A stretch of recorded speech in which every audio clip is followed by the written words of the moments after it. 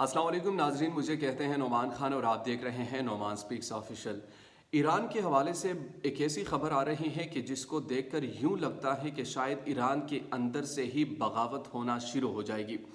चूँकि आपको भी मालूम है कि ईरान अपने न्यूक्लियर डील की जानिब बढ़ रहा है और जिस तरीके से वो एटमी क़ुव्वत बनने की कोशिश कर रहा है और जिस तरीके से वहाँ की तमाम दुनिया की नज़रें उन पर है, तो यूँ महसूस होता है कि ईरान अब बहुत जल्द ऐलान करने वाला है। अमेरिका, चूँकि यूएन में ये चीज़ अब डिस्कस की जा रही है, जो कि यूनाइटेड नेशंस है, जनरल असेंबली के इजलास में बहुत सारी ऐसी ख़बरें हैं जो कि आज मैं आपके सामने रखूँगा। और ख़ासकर जो हसन रूहानी हैं, उन्होंने जो कल एक बयान दिया, उस बयान ने तो दुनिया पर यह एक मातम सा बर्पा कर दिया है। वो बयान कौन सा था और क्या जो यूरेनियम, जो कि अमेरिका के साथ उनकी बातचीत चल रही थी यूरेनियम के हवाले से,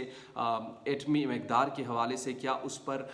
वो अमल करेंगे या नहीं करेंगे। मैंने जैसे पहले आपको बताया था कि इजराइल की तो हमेशा से ये कोशिश रही है कि कोई भी मुल्क हो, वो अगर एटमी क़ुव्वत बनने की कोशिश करे तो उन्हें डिस्ट्रॉय करने की वो ख़ासकर उनकी ये कोशिश होती है कि उनको हम तबाह कर दें, उनकी एटमी क़ुव्वत को। लेकिन चूंकि अब ईरान उनकी बस की बात नहीं रहा, अब ईरान चूंकि अपने पॉलिसीज़, अपने जो एटमी जो हथियार है उनकी ऐसी हिफाजत कर रहा है, जैसे आप मिसाल दे सकते हैं कि पाकिस्तान ने जैसे पहले की थी, यानी उस तरीके से इस चीज़ की हिफाजत करके अपनी एटमी क़ुव्वत को वो बढ़ा रहे हैं या अपनी एटमी क़ुव्वत को ज़ाहिर कर रहे हैं। तो इसराइल तो कोशिश उनके ख़िलाफ़ कर ही रहा है। अमेरिका की ये कोशिश है कि किसी तरीके से हम ईरान से बातचीत करें। जो उनके माबेन एक डील हुई थी P5+1 के नाम से, उस डील में ये हुआ था कि इतने, यानी उसके बुनियादी तौर पर चेक एंड बैलेंस का मसला होता है कि किसी तरीके से अगर कोई मुल्क अपने एटमी क़ुव्वत ख़ुद को बनाने की कोशिश करता है और अगर वो रुकता नहीं, अव्वल तो उनको रोकने की कोशिश की जाती है कि इसको ना बनाओ, लेकिन जब उनको रुकते नहीं तो फिर उनके साथ एक मुज़ाकरात किए जाते हैं कि ठीक है आप बनाएं, लेकिन इसमें कितना मकदार यूज़ होगा, यूरेनियम कितने मकदार की होगी और किस हद तक आपको इजाज़त है, किस किस्म के आप इसके हथियार बना सकते हैं। तो उसकी इजाज़त, ख़ासकर इजाज़तनामा लेना पड़ता है। इजाज़तनामा किससे लेना पड़ता है? यूएन के जो IAEA है, एक इंटरनेशनल ऑर्गेनाइजेशन है जो कि बेसिकली इस चीज़ को वो देखती है, यानी एटमी जो प्रोग्राम्स है इसको देखती हैं। अब इनके बीच में ईरान और इनके मुज़ाकरात तो चल रहे थे।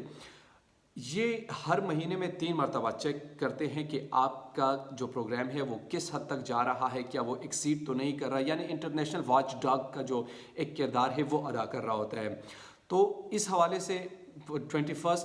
फ़ेब का उन्होंने टाइम दिया था कि इस वक्त तक हम आपका चेक एंड बैलेंस करेंगे, उसके बाद एक जामे रिपोर्ट तश्कील दी जाएगी और वो दुनिया के सामने प्रेजेंट की जाएगी कि ईरान के हवाले से ये स्टेटस है, ईरान इतना यूरेनियम क्रिएट कर रहा है और ये हथियार बनाएंगे। अब जो एक अहम फ़ैसला सामने आया है वो ये फ़ैसला है कि कल IAEA का जो सरबराह है उनकी मुलाकात हुई है हसन रूहानी के साथ। हसन रूहानी के साथ मुलाकात में उनका ये कहना था कि 3 महीने का मज़ीद टाइम उन्होंने दे दिया कि 3 महीने तक आप हमें मज़ीद टाइम दे दें, हम इसमें मज़ीद कुछ करना चाहते, कुछ इसको बढ़ाना चाहते हैं। 3 महीने का टाइम उन्होंने दे दिया, लेकिन इसके साथ एक और जो अहम चीज़ की गई, जिसकी मुखालफत की जा रही है, जिसकी ख़ास तनकीद का निशाना बनाया जा रहा है, और वो ये है कि 3 महीने में सिर्फ ये जो इंटरनेशनल वॉच डॉग है वो एक ही मरतबा वहाँ पर जाकर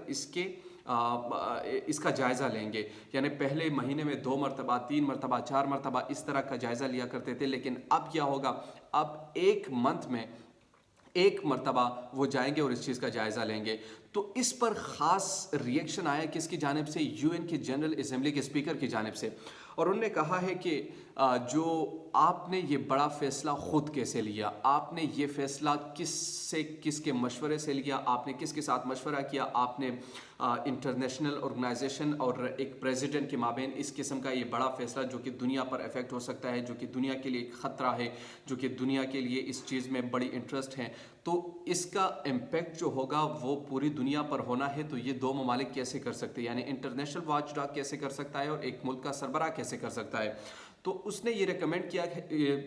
جو UN کی جنرل اسمبلی کے اسپیکر ہیں انہوں نے اس چیز کو ریکمینڈ کیا ہے کہ آپ اس کو لے کر جائیں جو کہ انٹرنیشنل کورٹ میں وہ فیصلہ کرے گی کہ کیا یہ فیصلہ درست ہوا یا نہیں ہوا، یعنی اس قسم کا اس غصے کا اظہار کر رہا ہے۔ دوسری طرف جو وہاں پر حسن روحانی پر ایران میں بھی تنقید کی جا رہی ہے کہ ان کے ساتھ بات چیت کے لیے کیوں تیار ہوئے، چونکہ امریکہ دوبارہ پیس جو ڈیل تھا ان کے مابین P5+1 اس کی طرف دوبارہ لوٹانا چاہ رہا تھا، کس کو؟ ایران کو، جبکہ ایران پہلے سے اپنا جو جوش دکھا رہا تھا، اپنا جذبہ دکھا رہا تھا کہ نہیں ہم کسی صورت پر واپس نہیں آئیں گے، اب اگر بات ہوگی تو ایکشن کی بات ہوگی، اب اگر بات ہوگی تو ہم صرف اور صرف بات کریں گے کس کے عمل کی بات کریں گے، اب زبانی کلامی یا ٹیبل ٹاک کی گفتگو نہیں کی جا سکتی، ہم نے بہت ساری گفتگو کر لی، ہم نے بہت ساری گفتگو کر لی، ہم نے بہت ساری آپس میں بات چیت کر لی، اب عمل کا وقت ہے اور اب ہم ایکشن لیں گے، یعنی ایکشن کریں گے، یعنی ہم اپنے ایٹمی پروگرام کو آگے بڑھائیں گے۔ جبکہ چونکہ اس ڈیل سے میں نے آپ کو بارہا بتایا کہ 2018 میں ڈونلڈ ٹرمپ نکل گیا تھا، ڈونلڈ ٹرمپ نے کہا کہ میں اس کو اجازت نہیں دیتا، اور مختلف قسم کے سینکشنز بھی لگائے تھے ایران پر۔ تو یہ جب تمام معاملات چل رہے تھے اس وقت، تو اب جو بائیڈن کی یہ کوشش ہے کہ ایران تو رکنے والا ہے نہیں اور نہ کوئی روک سکتا ہے، اور نہ کسی طریقے سے ان کی جو اس ایٹمی قوت کو ڈسٹرائے کر سکتے ہیں، تو اس کو مجبوراً کیا کرنا پڑا، ایران کے ساتھ اپنے تعلقات کو بہتری کی جانب لے کر جانا چاہتے ہیں کہ کسی طریقے سے ان کے تعلقات بہتر ہو جائے، کسی طریقے سے ان کے تعلقات میں مزید خلفشار نہ آئے، اور کسی طریقے سے ان کے ساتھ بات چیت کی جا سکے، ان کے ساتھ بات چیت کر کے یعنی دوبارہ ڈیل کی طرف آئے، اور ڈیل میں دوبارہ چیزیں ڈسکس ہو کہ اتنا آپ یورینیم ایکسیڈ نہیں کریں گے، آپ اس سے زیادہ آگے نہیں بڑھیں گے، آپ اس کو اس قسم کے ہتھیار آپ بنائیں گے، اس قسم کے نہیں بنائیں گے، جو کہ اس ڈیل میں یہ تمام چیزیں ڈسکس ہوتی ہیں۔ پہلے بھی یہ ڈسکس ہو چکی ہیں، پہلے بھی اس ڈیل ایران ان کے ساتھ مذاکرات کر رہے تھے، لیکن کچھ چیزیں ڈسکس نہیں ہوتی جو کہ اب وہ ڈسکس کرنا چاہتا ہے جو بائیڈن، لیکن ایران تیار نہیں تھا۔ ایک دم سے حسن روحانی کا جو ایک جذباتی سا لہجہ تھا، امریکہ کی آنکھوں میں آنکھیں جو ڈالنے کا ایک لہجہ تھا، جو ان سے گفتگو کرنے کا انداز تھا، وہ کل سے تبدیل ہو چکا ہے۔ اور کیوں تبدیل ہوا ہے یہ میں آگے جا کر بتاؤں گا، لیکن تبدیل کس تناظر میں ہوا؟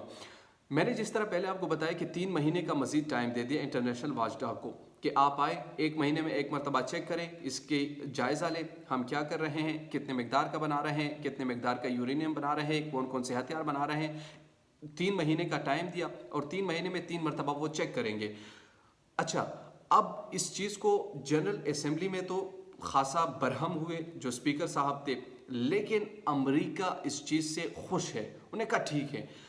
چونکہ ایران کی پالیسی میں اب بہتری آ رہی ہے، ایران کی پالیسی میں دھیما لہجہ آ رہا ہے، ایران امریکہ کے ساتھ بات چیت کرنے کے لیے تیار ہو پا رہا ہے،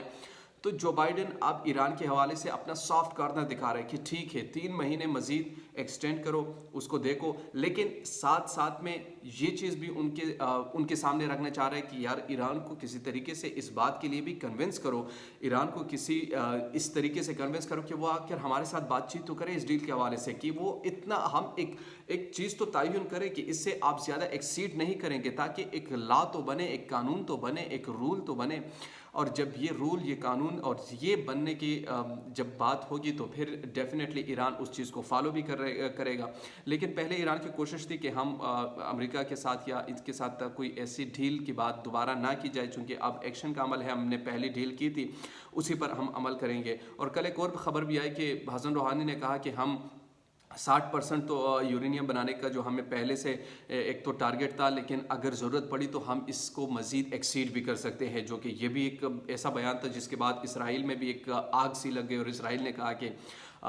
ہم اپنی کوششوں کو مزید تیز کریں گے، کسی طریقے سے ایران کی اس نیوکلیئر جو پاور ہے اس کو کسی طریقے سے ڈسٹرائی کیا جائے۔ تو یہ جو صورتحال ہے 3 ملک کے مابین، آج بھی اسرائیل کوشش کر رہا ہے کہ کسی طریقے سے ہم ایران کی جو اس نیوکلیئر پاور کو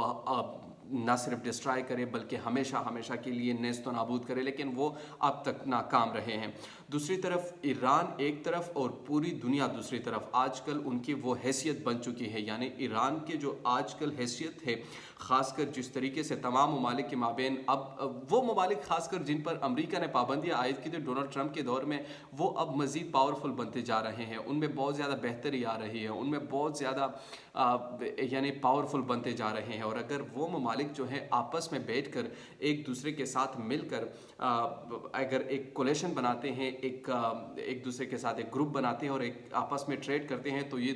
दुनिया के जो बड़े अनडेवलप्ड कंट्री हैं उनके लिए बड़ा ख़तरा हो सकता है। और अमेरिका की ख्वाहिश है किसी तरीके से अब ईरान को हम अपने तरफ खींच लें, उनके लिए एक सॉफ्ट कॉर्नर दिखाने की कोशिश करते हैं। लेकिन लेट्स सी आगे क्या होता है। अभी तक तो यही खबरें हैं कि ईरान भी अब आहिस्ता आहिस्ता डील की तरफ वापस आने के लिए कोशा है या ख़्वाहा है, जो कि आने वाले वक्तों में हमें नज़र भी आएगा। इस वीडियो के हवाले से आपकी क्या राय है अपने कमेंट बॉक्स में ज़रूर इज़हार कीजिए। मुझे या नोमान खान को दीजिए इजाज़त। अल्लाह ने रहमान।